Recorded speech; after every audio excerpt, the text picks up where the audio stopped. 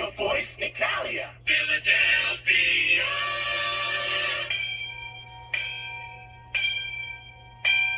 Class is now in session. Christopher Columbus University is on air from Philadelphia and broadcasting worldwide from within the shadow of Marconi Plaza.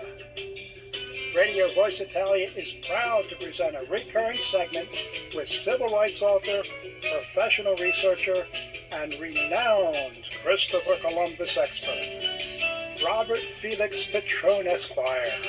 Buongiorno tutti and welcome to Radio Voice Italia's Christopher Columbus University, where we teach you the truth about the greatest hero of the 15th and 16th centuries, Christopher Columbus, and update you on the international efforts to preserve Christopher Columbus's legacy. I'm your host, il Professore Robert Petrone. Today on our Christopher Columbus University segment, we have some great news. In Syracuse, New York, State Supreme Court Judge Gerard Neri has ruled that Marxist Mayor Ben Walsh may not remove that city's Christopher Columbus statue, erected in 1934, from Columbus Circle. The statue had been paid for mostly by Italian-American immigrants, many of whom had been subjected to persecution, and the statue has served as a monument to their determination, strength, and heritage. The city of Syracuse seeks to appeal Judge Neri's decision. The Columbus Monument Corporation, the body that sued the Marxist mayor for his bigoted attempt at damnatio memoriae of our heritage, said in a public statement that its members were pleased that the court accepted their arguments that, and held that, number one, the Syracuse Columbus Monument is both a piece of recognized public art under the city's Code of Ordinances that the city has no right to remove or alter in any way. Number two, the monument has not, quote, exceeded its useful life, as the Marxist mayor proposed. And number three, the city of Syracuse is required to maintain the monument as required by law and the trust provisions of the city charter. This decision will serve as persuasive law in jurisdictions around the world. To Robert Gardino, Anthony Ilacqua, and all my friends and fellow activists in Syracuse, complimenti, congratulations, you have earned this monumental victory. In Boston, Massachusetts, thanks to the lobbying efforts of the Italian-American Alliance with emails to the Massachusetts State House, many legislators have responded positively about voting no to the pending bills in committee to replace Christopher Columbus Day with Indigenous Peoples Day. The bill remains in committee until April 15th, so the IAA plans to stay visible, and several members have made appointments to meet with and lobby legislators at the State House in the upcoming weeks. The IAA can provide Massachusetts residents with a model letter found at their website, ItalianAmericanAlliance.com, all lowercase, and on their Facebook page to send to legislators asking for a vote of no on the bills. To send emails directly to the committee members, email Ms. Jordan Latham. She is the Communications Director of the Joint Committee on State Administration and Regulatory Oversight for the Massachusetts House of Representatives. Ms. Latham's email address is jordan.latham@mahouse.gov. That's Jordan like the river, .latham, Latham, @ MA as in Massachusetts, House, all one word, mahouse.gov, because it's a governmental body. Let your shout be heard around the world. For the substantive portion of today's class, we have a very special returning guest, fan favorite, author, Columbus scholar, and I dare say the man who is quickly becoming, if he is not already, the premier Columbus scholar in the world, Mr. Rafael Ortiz. Rafael, welcome back to Christopher Columbus University. It's so good to see you again. Thank you for having me again. Oh man, it's always a pleasure. Let me tell you something. Every time you come on, we get feedback from fans. They really enjoy you. And this is your third visit. So you were our guest on episode 5 when we talked about your book, Columbus the Hero. You were our guest on episode 19 where you debunked Hans Koenig. And today we have you back, which makes you the only guest on Christopher Columbus University who has returned 3 times. So you are now part of what I call the Holy Trinity Club. And there are only 3 members now of the Holy Trinity Club. The 3 people who make this show, the 2 people that make the show possible, which would be our producer and host of Radio Voice Italia, Joe Morinelli, and then yours truly, and now you. So welcome to the Holy Trinity Club. So today we're going to talk about the Bobadilla Report and your response to it. So if you would be so kind, can you remind my audience who was Bobadilla, what were his goals, and what was the Bobadilla Report? Okay, Francisco de Bobadilla, he was sent by the king and queen to La Española to see, because people were complaining about Columbus, the colonists during the second and third voyage, and he's the guy who arrests Columbus based on the testimonies of the colonists. You go to the internet and people keep saying that historians found the document, which is true in 2006, but they keep claiming that the document says, which is true, it says that it says a lot of bad things about Christopher Columbus, including that he supposedly ordered a woman to be whipped for claiming she was pregnant when she was not, or that another woman had her tongue cut out for speaking ill of him and his brothers, and so on. And I want to address those and many other accusations, because we know that they were false, and once and for all end this kind of false narrative. Okay. All right. Thank you. So, you mentioned a couple of claims that Bobadilla, that he was a Comendador, that is sort of a royal knight of sorts, a conqueror of the Reconquista, who was sent at Columbus's request for someone that the colonists would listen to, the Hidalgos, who were very recalcitrant and didn't like him. And he went over there, and the first thing he did was he made up these false claims. So you talked about the whipping of one Spanish woman, the cutting out of the tongue of someone else, allegedly. What other claims did Bobadilla make in this report about Columbus?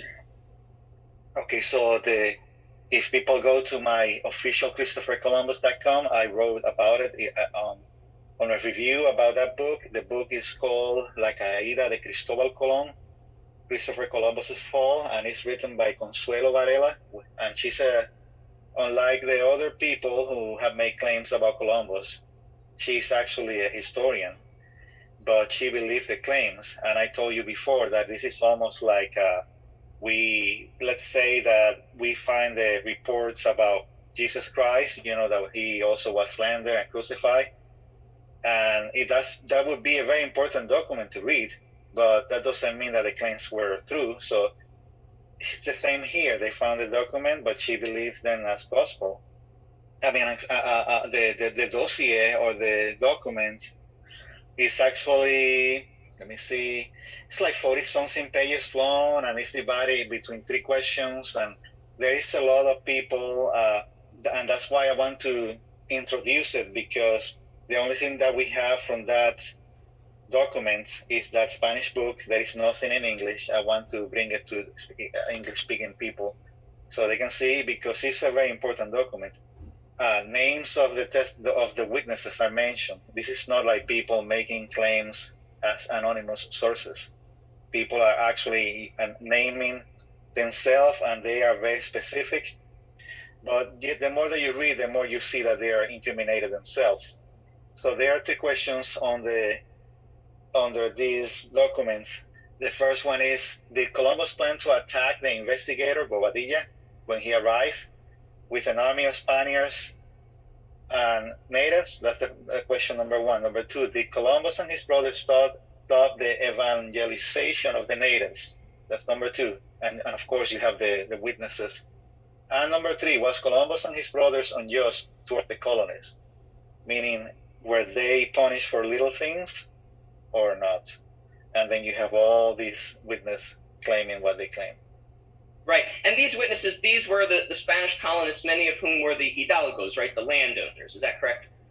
Well, some of them, but it's they were rebels. You have to remember that there were several attempts, and that was common back then, mutiny and rebellions and political coups. And when Columbus came on the second voyage, that things went down south, because it was too hot, and the food, got spoiled, and people got sick, and it was hard, and so on, and many people left, and they complained. So, but also then Columbus he returned back to Spain. While he was over there, then you have one of these guys, his name was Roldan, and he started a rebellion against Columbus's brothers who were in charge. And when Columbus came back, he sees this rebellion, and he had no choice but to submit to the guy because they were outnumbered. But then Roldan, he had another rebellion with his rebels, with Adrian Mojica, and so they were fighting. Then Roldan wanted Columbus to help him to fight Adrian, who is also one of the guys mentioned in the report because he was hanged. And there is a lot of hangings in the report, which is true, but we know that because there were rebels who were attempting to kill Christopher Columbus, and that's the way that people punished back then, treason. And many of the people, they make claims. What they're doing in the report is to claim the lesser crime. You understand what I'm saying? Like they say, no, I was hanged because I stole something. It was a petty crime. But that was not the reason why they really were punished. It was because they were very bad. They were, during the rebellion, trying to kill Christopher Columbus and his brothers. That was rebellion. And also we know all these people later were charged with mutiny and rebellion anyway. Right. Yeah, I know. And Adrian de Mojica, actually, Columbus, we know, wrote about that hanging with great regret. It wasn't Columbus himself who ordered the hanging, but the alcalde mayor. And he said, I didn't want to harm a hair on anyone's head, but I would have had to let that happen to my own brother if he had done with what Mojica had done. So all right. So what you're saying is that the testimonies, the corroboration of Bobadilla's outrageous claims against Columbus were made by not only hidalgos who were in constant revolt against Columbus because they hated that this low-born foreigner was given authority over them as governor, but also by people that you described as rebels who were, enlisted by these hidalgos to cause trouble, like Roldan and Mojica, who themselves were hidalgos, though.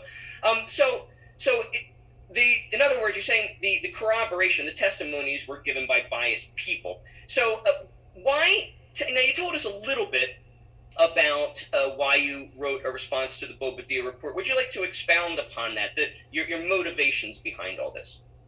Well, and actually, as you mentioned, you say that I have a book, my first book, but I have 3 books that I wrote: Christopher Columbus the Hero, Columbus Day versus Indigenous Peoples Day, and Christopher Columbus and the Christian Church. Mm-hmm. I'm writing this, and also I'm planning to, if God willing, to release Christopher Columbus the Hero for Children, maybe this year. So I'm writing this book right now, the one about Bobadilla. I don't even know what's going to be the title of the book. The reason why I'm writing is because people are confusing the accusations made by revisionists about Columbus, that he was a racist, a rapist, and a genocidal maniac, with the accusations made by the colonists that caused him to be removed from office and being arrested. Those are 2 different events. They are not the same. So, and the reason why is because they keep claiming that came from, historians. They found the document, and which is true. A historian found it. They published it and stuff, but that doesn't mean the claims were true. And also, this is not new. I have recently read the primary sources about Joan of Arc. She also was the same. They made false accusations, and she was sentenced. During this era, this was common. Juan Ponce de Leon, who also was with Columbus during the second voyage, and who discovered Florida, he also was removed from office because they were doing similar claims, but then he came back, to be the governor of Puerto Rico. The same happened with Hernán Cortés. But at least on his case, he had the opportunity to go to court. In the case of Columbus, it's funny because Columbus, it says that the king and the queen did not believe the accusations, and that's why he was never tried. And the people who made the accusations were charged with mutiny. So that's why I want to bring, also because I want that people see what's in the document, because it's a very important historical document but also that people can see that how these colonists, rebels, they incriminate themselves every time that they open their mouth. Yes. All right. Fantastic. May I make a suggestion for the title of your book? You could feel free to use this or not. But since one of your earlier books was called Columbus the Hero, might I suggest calling this one Bobadilla the Real Villain? If you like that, feel free to use it. I don't know, whatever you decide. So, so you listed a few claims. What are your? Let's do it this way. So for the rest of our interview, why don't you tell us what responses you have made to these claims? I'll just turn the mic over to you. Turn the lecture podium over to you, and you can say as much or as little as you like. We have about 10 minutes left or so. So what do you think is are the most important points people should know about the claims that are raised in the Bobadilla Report? And we were going to end with your lecture. Go ahead. Well, the first question was, did Columbus plan to attack the investigator Bobadilla when he arrived? And everybody say so. Everybody, is consistent. There is even a priest who testified the same. So, in my opinion, it seems like he was getting ready to fight Bobadilla, but because he thought that Bobadilla was like another rebel guy who came to, with the intention of another political coup. I don't know if you remember Ojeda. You remember Ojeda? Columbus said, I thought it was just going to be another Ojeda affair. Exactly. But the deal is that Columbus never attacked Bobadilla. Once he found out that Bobadilla came with papers from the king and queen, then he submitted to him. But in the beginning, he thought, and he told the people, those papers are fake. They are not really from the king and queen. But once he saw them, then he was fine. He thought that he was coming to kill him, and in a political coup. The second question, did Columbus and his brothers stop the evangelization of the natives? That question is actually answered in my first book.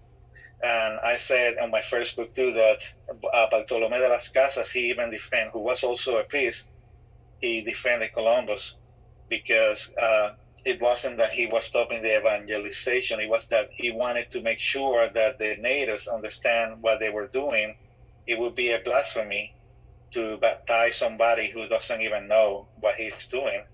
And many of these people, Columbus said that if you offer them a gift, and you remember that Columbus was doing that all the time. He would give gifts to them, and they loved the gifts. So he said, just offer them a gift, and you will say everybody wants to be a Christian. So he wanted first and he had a conflict with one of the priests. He even exiled. He punished the priest with exile because he disobeyed Christopher Columbus's orders. But it's because he said, first make sure that they can recite the Lord's Prayer, the Ave Maria, that maybe they understand or can recite the Creed, the Apostles' Creed, and so on.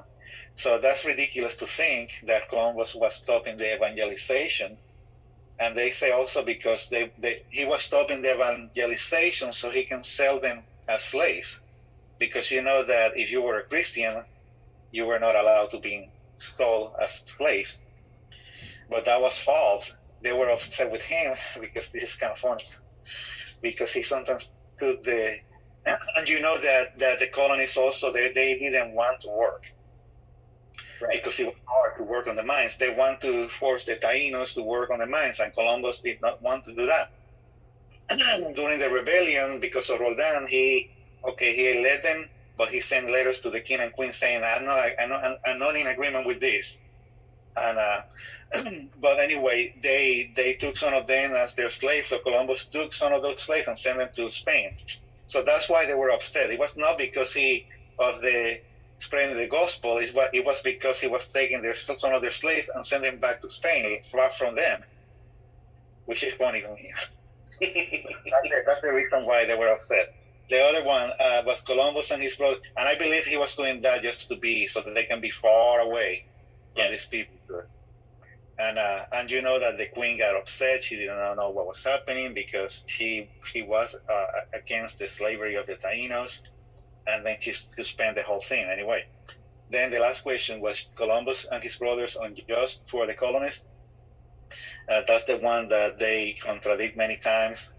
They talk that they were so hungry that they were stealing, which is true. There was a hunger because there was a famine, but they never explain why. And we know it's because one of the enemies of the Taínos, of Chief Wakanagari, who was a friend with Columbus, he destroyed all the food supplies from the island. So that's why, and that backfired too to the natives too. Everybody died. I mean, not everybody, but many people died, natives and Spanish colonists. So there was a hunger, and sometimes they would go to other regions. The colonists would leave to other regions. They stopped working with Columbus, and they would go to steal in other places. That's why Columbus was punishing them. It wasn't because they were hungry and it was a petty theft. No, it was because they were going, and every time that they were going to those regions, they always got in trouble with the natives who were friends with Columbus. That's why Columbus was punishing them, because they were misbehaving. Every time that they were far away, they would mess up with the natives, and that's one of the reasons Columbus was punished. And then there's a case where they took a dog from one of the natives. They claimed that supposedly this native lady gave it to them, and they took the dog to eat it. And Columbus punished them very bad for that. That was wrong. Wow. So you will see Columbus, because as I say, I made this question on my first book. The question is not if Columbus used force. The question is if he was using that force in a justifiable way. Because like the police, the question is not if the police use force. The question is, was they justified? Were they using the force, properly? Right. And Columbus was a governor. He had the authority. Even the queen told him that he should punish very harshly any colonist who would dare to mistreat the natives. And that's what Columbus was doing. Yeah. And that's why you see that Columbus was always the hero, because he always was protecting somebody, including the natives, his allies, the Taínos in the island of Hispaniola. He protected them from the carriers. He also protected them from the colonists, and so on. He really did. Yeah. Rafael, I always love having you on the show, because to the extent that some listeners, they hear this stuff from me, some people may go, oh, well, but that's just Petrone's interpretation. At best, they might say that. They may even say, well, that's Petrone's spin. And at worst, they may say, well, there's a vowel at the end of Petrone's name, so that's why he's putting the spin on it. But they can't say this about you, and you can corroborate all the things I say. You are a scholar in your own right. You've done your own research. We actually have not. We met like independently after each of us had done our own independent research, and we kind of met on the Columbus circuit. So I'm so glad that the listeners have had the benefit now 3 times to hear you say all of this stuff.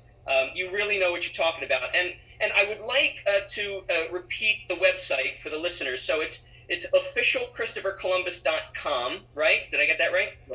Yes. Yeah. And if you go there, that's Rafael's website, Rafael Ortiz, and you can buy all of Rafael's books there, including hopefully when it comes out, the one on the Bobadilla Report. I urge everyone to buy all of his books, to read all of his books. They are written in a way that is really easy to read, extremely clear. There's a great humor to them. I love the books. So please do that. And Rafael, I don't know what to say. Thank you for being an agent of truth in the world. Thank you for fighting against the Marxist lies that have been overtaking our country, that have been overtaking the West. And most of all, thank you for being a friend. You're a good man. You're a great man, and your research needs to be put out there in the world for everyone to see. And really, that's today's class. For more news, articles, and resources about Christopher Columbus as the first civil rights activist of the Americas, icon of Western culture, paragon of Catholic virtue, and greatest hero of the 15th and 16th centuries, visit preservecolumbus.us, that's Preserve Columbus, rendered as one word, .us, and post a little note of appreciation for our webmaster, Tom LaCosta, and visit Rafael's website, theofficialchristophercolumbus.com. Rafael, anything you'd like to say before we sign off? Thank you for inviting me again. It's always a pleasure. It's always a pleasure. I'm your Professore, Robert Petrone. A presto! The Jersey Shore.